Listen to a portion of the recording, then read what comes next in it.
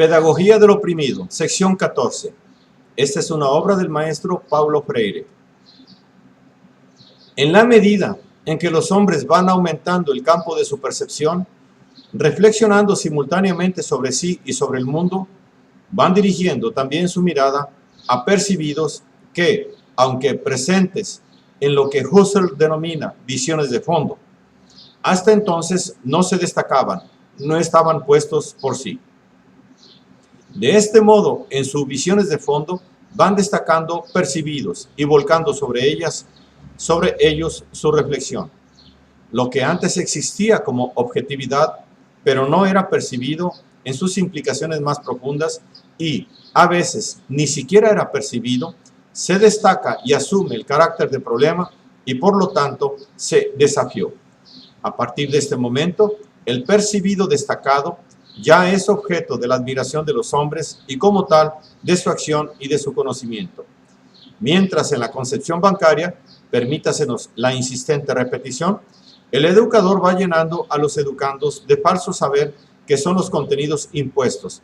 En la práctica problematizadora, los educandos van desarrollando su poder de captación y de comprensión del mundo que, en sus relaciones con él, se les presenta no ya como una realidad estática, sino como una realidad en transformación, en proceso. La tendencia, entonces, tanto del educador educando como de los educandos educadores, es la de establecer una forma auténtica de pensamiento y acción. Pensarse a sí mismos y al mundo simultáneamente, sin dicotomizar este pensar de la acción. La educación problematizadora se hace así un esfuerzo permanente a través del cual los hombres van percibiendo críticamente cómo está siendo en el mundo, en el que y con el que están. Sí, de hecho, no es posible entenderlos fuera de sus relaciones dialécticas con el mundo.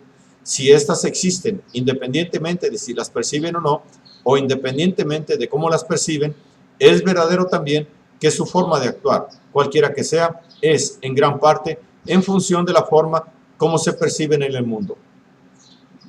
Una vez más, se vuelven antagónicas las dos concepciones y las dos prácticas que estamos analizando. La bancaria, por razones obvias, insiste en mantener ocultas ciertas razones que explican la manera como están siendo los hombres en el mundo, y para esto mitifican la realidad. La problematizadora, comprometida con la liberación, se empeña en la desmitificación. Por ello, la primera niega el diálogo, en tanto que la segunda tiene en él la relación indispensable con el acto cognoscente, descubridor de la realidad. La primera es asistencial, la segunda es crítica. La primera, en la medida en que sirve a la dominación, inhibe el acto creador y, aunque no puede matar la intencionalidad de la conciencia como un desprenderse hacia el mundo, la domestica, negando a los hombres en su vocación ontológica e histórica de humanizarse. La segunda, en la medida en que sirve a la liberación, se asienta en el acto creador y estimula la reflexión y la acción verdaderas de los hombres sobre la realidad. Responde a su vocación como seres que no pueden autenticarse al margen de la búsqueda y de la transformación creadora. La concepción y la práctica bancarias terminan por desconocer a los hombres como seres históricos, en tanto que la problematizadora parte precisamente del carácter histórico y de la historicidad de los hombres. Es por esto por lo que los reconoce como seres que están siendo, como seres inacabados, inconclusos, en y con una realidad que, siendo historia, es también tan inacabada como ellos. Los hombres, diferentes de los otros animales, que son solo inacabados, mas no históricos, se saben inacabados, tienen conciencia de su inconclusión.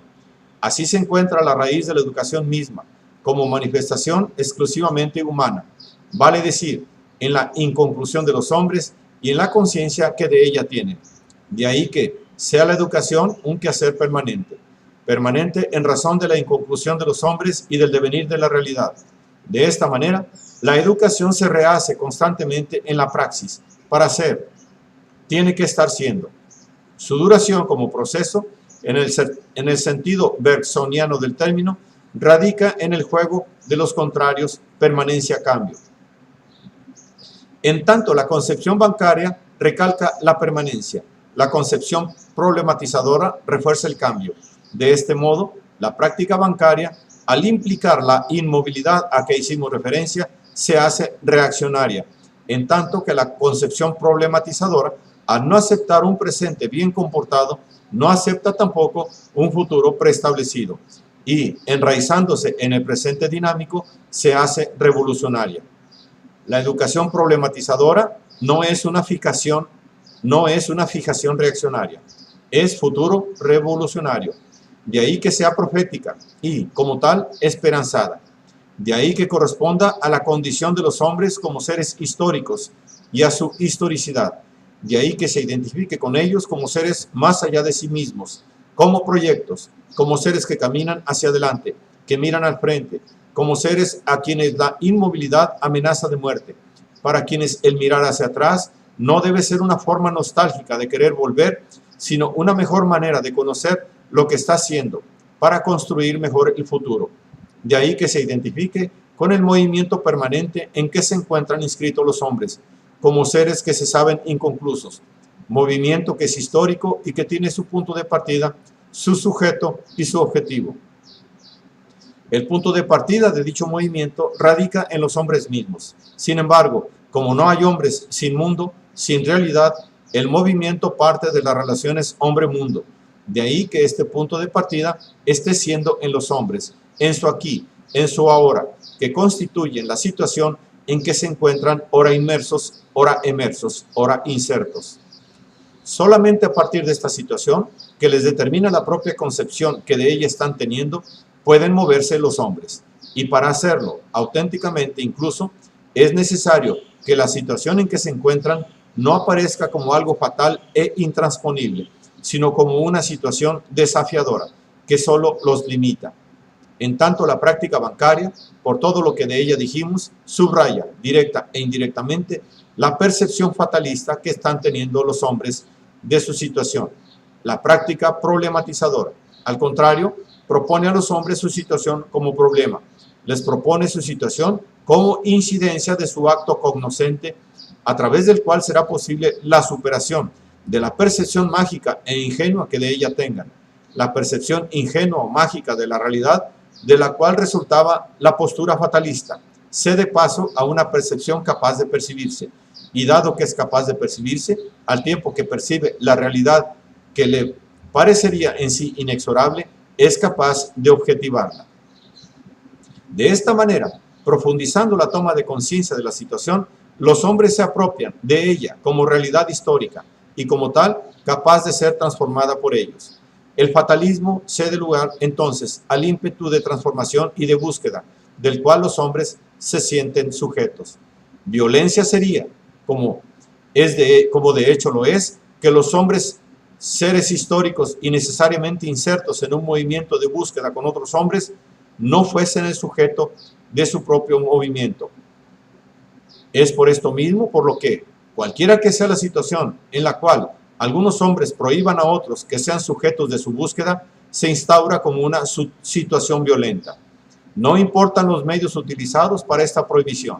Hacerlos objetos es enajenarlos de sus decisiones, que son transferidas a otro u otros. Sin embargo, este movimiento de búsqueda solo se justifica en la medida en que se dirige al ser más, a la humanización de los hombres. Y esta, como afirmamos en el primer capítulo, es su vocación histórica, contradicha por la deshumanización que, al no ser vocación, es viabilidad comprobable en la historia. Así, en tanto viabilidad, debe aparecer ante los hombres como desafío y no como freno al acto de buscar.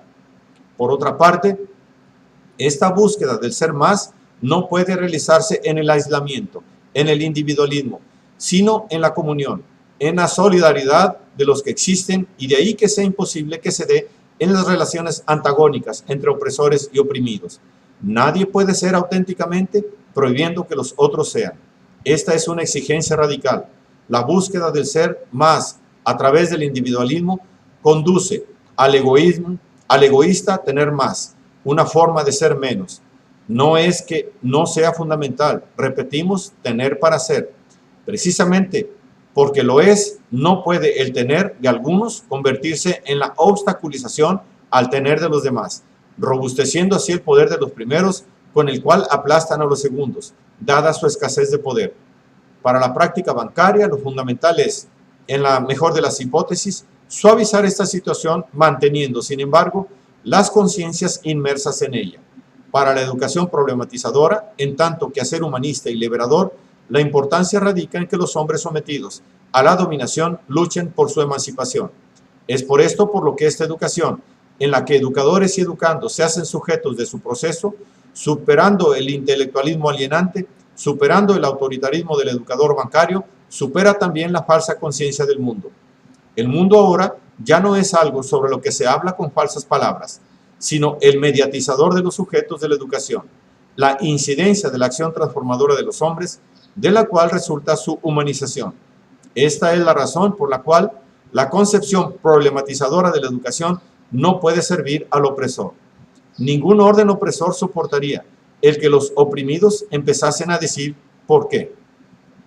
Si esta educación solo puede ser realizada en términos sistemáticos por la sociedad que hizo la revolución, esto no significa que el liderazgo revolucionario espere llegar al poder para aplicarla. En el proceso revolucionario, el liderazgo no puede ser bancario para después dejar de serlo.